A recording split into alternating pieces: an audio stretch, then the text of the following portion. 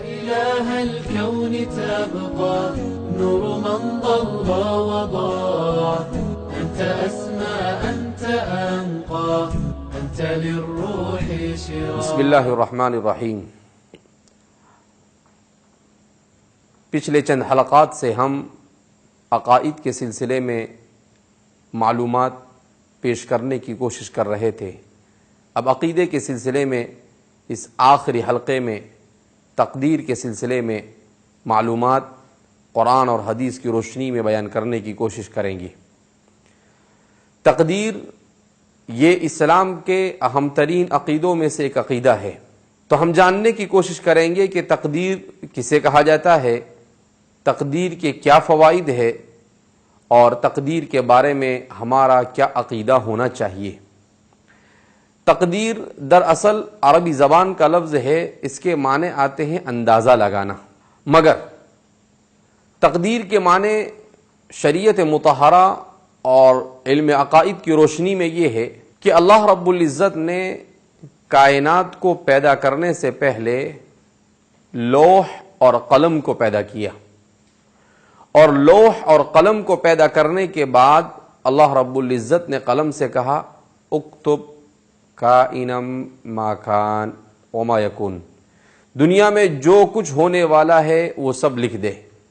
اور پھر اللہ رب العزت نے قلم کو یہ شعور دیا یا اس پر اس طرح سے اللہ رب العزت نے اپنے علوم کا انکشاف کیا کہ قلم نے لکھنا شروع کر دیا. اسی لیے آپ صلی اللہ علیہ وسلم نے ارشاد فرمایا رفعت الاقلام وجفت الصحف، کہ قلم اٹھا لیے گئے اور صحیفے خشک ہو چکے. یعنی کائنات میں ہونے والے ہر قضیے اور ہر معاملے کو تقدیر میں لکھا جا چکا ہے. اسی لیے ایمان مفصل میں ہم پڑھتے ہیں والقدر خیرہ وشرہ من اللہ تعالی، تقدیر چاہے اچھی ہو چاہے بری ہو یہ اللہ کی طرف سے ہے. تو ہم مسلمانوں کا عقیدہ یہ ہونا چاہیے کہ اگر ہمارے ساتھ کوئی اچھا حادثہ پیش آتا ہے تو یہ بھی اللہ کی طرف سے ہے، اور اگر ہمارے ساتھ کوئی ناخوشگوار واقعہ پیش آتا ہے تو یہ بھی اللہ کی طرف سے ہے. اللہ اس کے ذریعے سے ہمیں آزمانا چاہتا ہے. ایک ہے تقدیر اور ایک ہے تدبیر.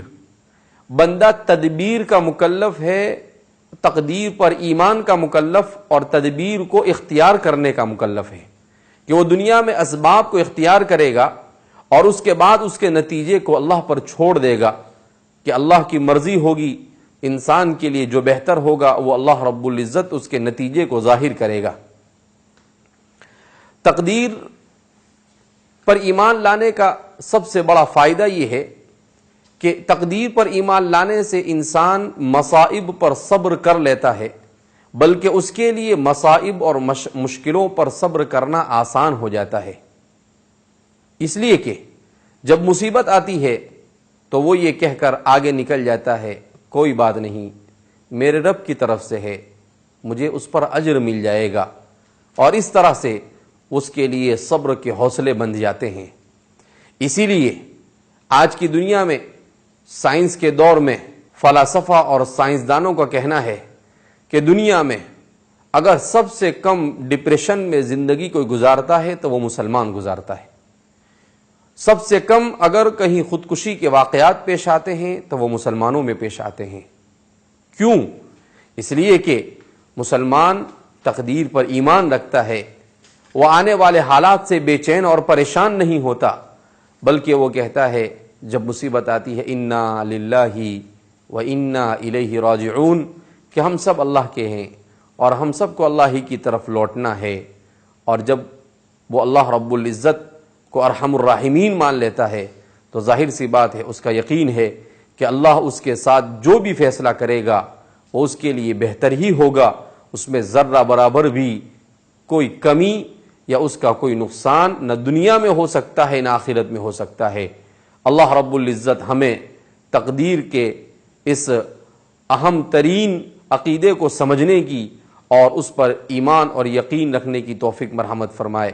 والسلام علیکم ورحمۃ اللہ وبرکاتہ.